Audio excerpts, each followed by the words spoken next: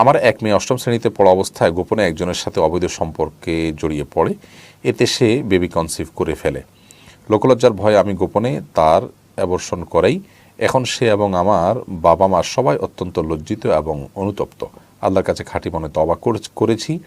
এখন তাকে আমার জিনার শাস্তি দিয়ে পবিত্র করতে চাই। আমরা জিনার শাস্তি পবিত্র করতে চাই যেন সে আখিরাতে আল্লাহর পাকড়াও থেকে বেঁচে যায়। এ বিষয়ে ইসলামী দৃষ্টিভঙ্গি আপনার কাছে জানতে চাই। আতর ব্যতীত সেন্ট বা সুগন্ধি পোশাকে ব্যবহার করলে কি নামাজ আদায় হবে? হাতে বড় নখ থাকলে কি ওযু হবে? আমরা সাধারণত মেয়েরা যখন বাথরুমে ওযু করি, ওড়নাটা বাইরে রেখে যাই ভিজে যাওয়ার ভয়ে। মাথায় কাপড় ছাড়া ওযু হবে কিনা?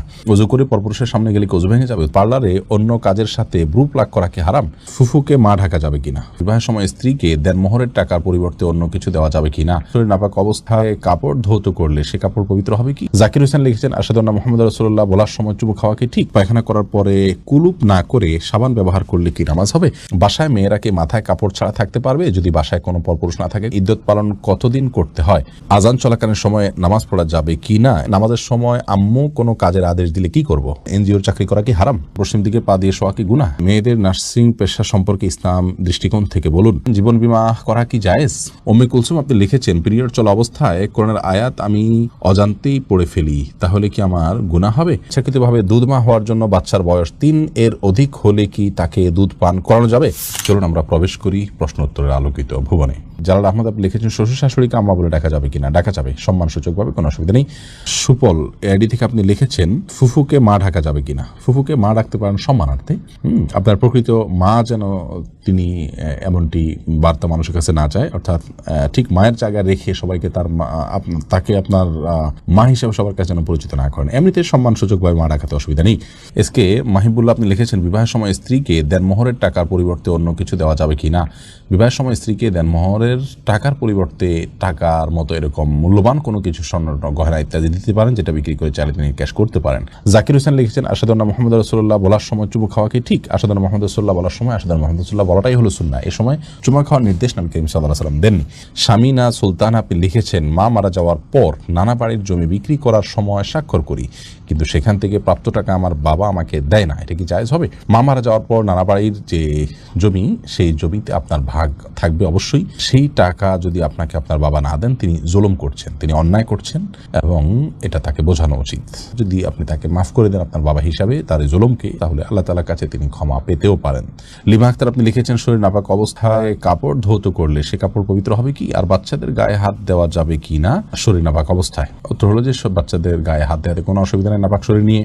আর নাপাক অবস্থায় কাপড় ধুতে করলে গায়ের যে কাপড় সেগুলো অপবিত্র হয়ে যাবে না, সামান্য ছিটে ফোটা আসলে, কারণ অপবিত্র হবে না। তবে কোনো নাপাক যদি ছিটে এসে শরীরে লাগে, সে অংশটা শুধু ধুয়ে ফেললে হবে। আর যদি শুধু পানি ছিটে আসে, তাহলে তার কারণে সংশয়ের কারণে নামাজ হবে না, এরকম বিষয় না।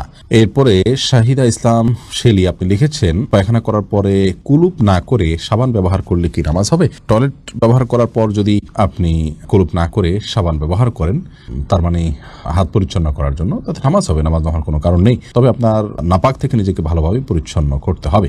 বাসায় মেয়েরা কি মাথায় কাপড় ছাড়া থাকতে পারবে যদি বাসায় কোনো পরপুরুষ না থাকে? কোনো অসুবিধা নেই। মেয়েদের সবসময় যে কাপড় দিয়ে থাকতে হবে, একাকী থাকলেও, এমন কথা কোরআনে বলা হয়নি। কামরুজ্জামান কামরুল লিখেছেন, আতর ব্যতীত সেন্ট বা সুগন্ধি পোশাকে ব্যবহার করলে কি নামাজ আদায় হবে?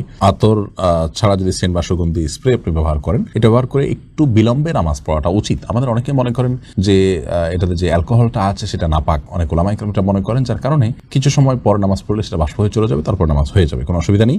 অবশ্য এই ক্ষেত্রে যে সমস্ত ওলামায়ে কেরাম বলেন যে না, এটা নাপাক নয়, এই অ্যালকোহল নাপাক নয়, এটা এক ধরনের কেমিক্যাল, তা সেই মতটা আমাদের কাছে অধিকতর যুক্তিসঙ্গত মনে হয়। গোলাম আজম আপনি লিখেছেন, আমার অফিসে স্যারদের স্যালুট দিতে হয়, এখন স্যালুট দেওয়া কি জায়েজ হবে?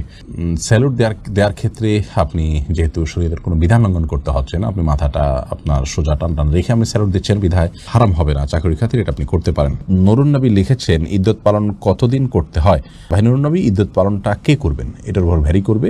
যদি কারো স্বামী মারা যায় তাহলে সেক্ষেত্রে 4 মাস 10 দিন ইদ্যত পালন করবেন, আর যদি কেউ তালাকপ্রাপ্ত হন তাহলে সেক্ষেত্রে 3 মাস তিনি ইদ্যত পালন করবেন, 3 মাসে ইদ্যত পালন করবেন, এটা ভ্যারি করবে। আদিবা মাহির লিখেছেন, ঘুষের টাকা দিয়ে জাকাত হবে কিনা? ঘুষের টাকা দিয়ে জাকাত হবে কিভাবে? ঘুষের টাকা তো হারাম, আরেকজনের টাকা, এটা দিয়ে জাকাত আদায় করলে কিভাবে জাকাত আদায় হবে? ইন্নাল্লাহা তাইয়্যিবুন লা ইয়াকবালু ইল্লা তাইয়্যিব, হাদিসে আসছে আল্লাহ তাআলা পবিত্র, তিনি পবিত্র ছাড়া কোনো কিছু গ্রহণ করেন না। আইডি থেকে আপনি লিখেছেন, নামাজের সময় আম্মু কোনো কাজের আদেশ দিলে কি করব? যদি নফল নামাজ হয় আর আম্মুর এই কাজটা খুব বেশি গুরুত্বপূর্ণ হয়, ডাক শুনে বুঝতেছেন যে খুব জরুরি, আম্মু খুব সিরিয়াসলি ডাকছে, তাহলে আপনি নফল নামাজ ভেঙে আম্মুর কথা শুনবেন, পরবর্তীতে সে নামাজ পড়ে দিবেন। আর যদি ফরজ নামাজ হয় তাহলে আপনি নামাজ শেষ করে যতটুকু তাড়াতাড়ি করা সম্ভব করে তারপর আপনি আম্মুটাকে সাড়া দিবেন। লন্ডন কসমেটিক্স আইডি থেকে আপনি লিখেছেন, পার্লারে অন্য কাজের সাথে ব্রু প্লাগ করা কি হারাম? ব্রু প্লাগ যেহেতু শরীয়তে নিষেধ, অতএব অন্য কাজের সাথে এটা করা উচিত হবে না। দেলোয়ার হোসেন লিখেছেন, এনজিওর চাকরি করা কি হারাম? আমরা অনেকেই এনজিও মানে মনে করি হলো যে সুদের কারবার করে যে প্রতিষ্ঠান সরাসরি, সেটাকে এনজিও বলে। এনজিও তো নন গভর্নমেন্ট অর্গানাইজেশন, কোনো ভালো এনজিও হতে পারে, ভালো কার্যক্রম হতে পারে, এমনকি কোনো এনজিওর যদি সুদ ভিত্তিক লোন দেওয়ার কার্যক্রম থাকে, তাদের এর পাশাপাশি ভালো কাজ থাকলে সেই কাজে আপনি কাজ করতে পারেন। আপনার কাজটা কি, কোন পদে আপনি জয়েন করছেন, সেখানে আপনাকে কোন সার্ভিস দিতে হচ্ছে, সেটা হলো মূল বিষয়। সেটা যদি হারাম কোনো কাজ করতে হয় তাহলে সেটা জায়েজ নয়। তবে এনজিওতে থেকে আপনি ভালো কোনো কাজ করতে পারেন। আজান চলাকালীন সময় নামাজ পড়া যাবে কি না, এমডি আলাউদ্দিন আপনি প্রশ্ন করেছেন। আজান চলাকালীন সময় সালাত পড়া যেতে পারে, আজান চলাকালীন সময় যে নামাজ পড়া যাবে না এমন কোনো কথা কোরআনে কোথাও বলা হয়নি। তবে হ্যাঁ, আপনি যদি জানেন যে এখনই আজান শুরু হবে, তাহলে আজানের জবাব দেওয়া সুন্নত, সেজন্য শেষ সুন্নতটা পালন করে তারপর আপনি সালাত পড়বেন। কুয়াশাবাজার শহরে আইডি থেকে আপনি লিখেছেন, পশ্চিম দিকে পা দিয়ে শোয়া কি গুনাহ? কোনো হাদিসের সরাসরি নিষেধ নাই, কিন্তু আমাদের এই অঞ্চলে কারোর দিকে পাও দেওয়া, সম্মানজনক কোনো ব্যক্তির দিকে পাও যাওয়াটাকে অসম্মানজনক মনে করা হয়। সেজন্য আল্লাহর শেয়ার তথা কেবলার প্রতি শ্রদ্ধা রেখে যদি পা না দেওয়া হয় সেটা প্রশংসনীয়, কিন্তু কোন হাদিসের সরাসরি নিষেধ নেই কেবলার দিকে পা দেওয়ার ব্যাপারে। থুতু ফেলতে নিষেধ করা আছে। সৌদিতে আমরা রাতে কাজ করি, দিনে নামাজ কাজা হলে গুনাহ হবে কি?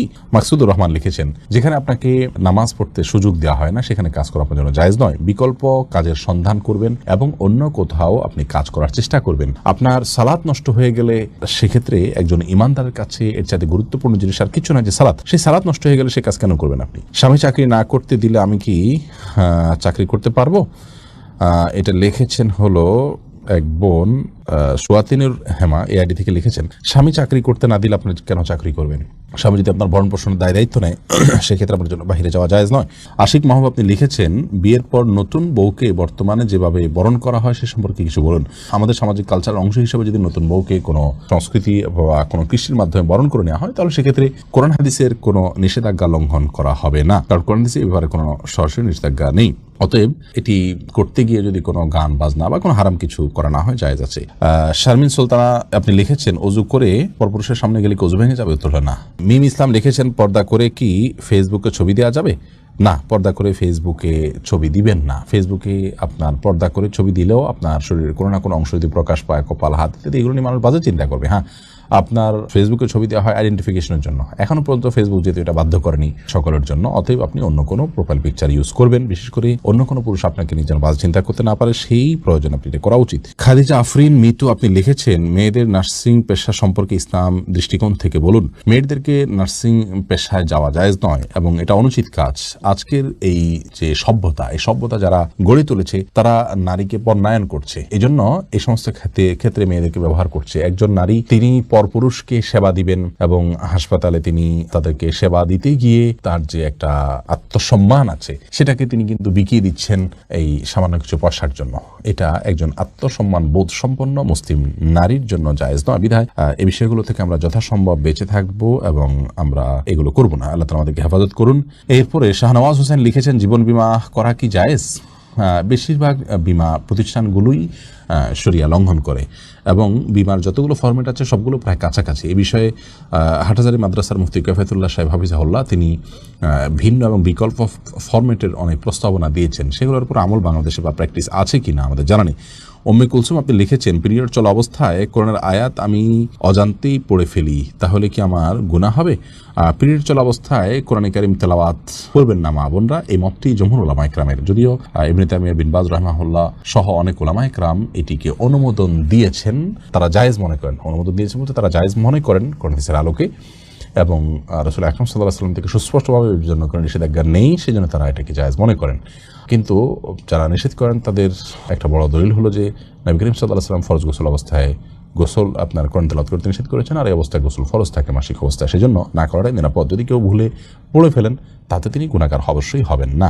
সাদিয়া আফরিন আপনি লিখেছেন, আমার একটা প্রশ্ন ছিল, তা হচ্ছে আমরা সাধারণত মেয়েরা যখন বাথরুমে উজু করি ওড়নাটা বাইরে রেখে যাই ভিজে যাওয়ার ভয়ে, মাথায় কাপড় ছাড়া উজু হবে কিনা? মাথায় কাপড় ছাড়া উজু হবে, কোনো অসুবিধা নেই। আপনি উজু করতে গেলে মাথায় কাপড় দিলে তো বরং কাপড় ভিজবে, এটাই তো স্বাভাবিক। আপনি মুখের চুলের গোড়া থেকে নিয়ে আপনার কানের লতি পর্যন্ত সব যখন ধুইতে যাবেন তখন তো আপনার ওড়না ভিজে যাবে, অতএব ওড়না খুলে উজু করাতে কোনো অসুবিধা নেই। মেহজাবিন তুরনা আপনি লিখেছেন, হাতে বড় নখ থাকলে কি উজু হবে? হাতে যদি বড় নখ থাকে তাহলে সেক্ষেত্রে এটি অন্যায় কথা, এটা গুনাহের কথা। কারণ মুসলমান নবী করিম সাল্লাল্লাহু আলাইহি সাল্লামের যে সুন্নাতে দায়েমা বা সুনানুল ফিতরাহ সেগুলোর উপরে আমল করার চেষ্টা করবে। হাতে বড় নখ রাখা উচিত নয়, কিন্তু যদি বড় নখ থাকে এবং তিনি অজু করেন, অজু হয়ে যাবে, সেটা সম্পূর্ণ ভিন্ন বিষয়। এরপরে নাসরিন শারমিন আপনি লিখেছেন, ইচ্ছাকৃতভাবে দুধ মা হওয়ার জন্য বাচ্চার বয়স 3 এর অধিক হলে কি তাকে দুধ পান করানো যাবে? দেখুন, বাচ্চার বয়স 3 এর অধিক হলে তাকে দুধ পান করানো উচিত নয়। হানাফি মাযহাব অনুযায়ী তো এটা জায়েজই নয়, কারণ আল্লাহ তাআলা বলেছেন যে হাউলাইনি কামিলাইনি লিমান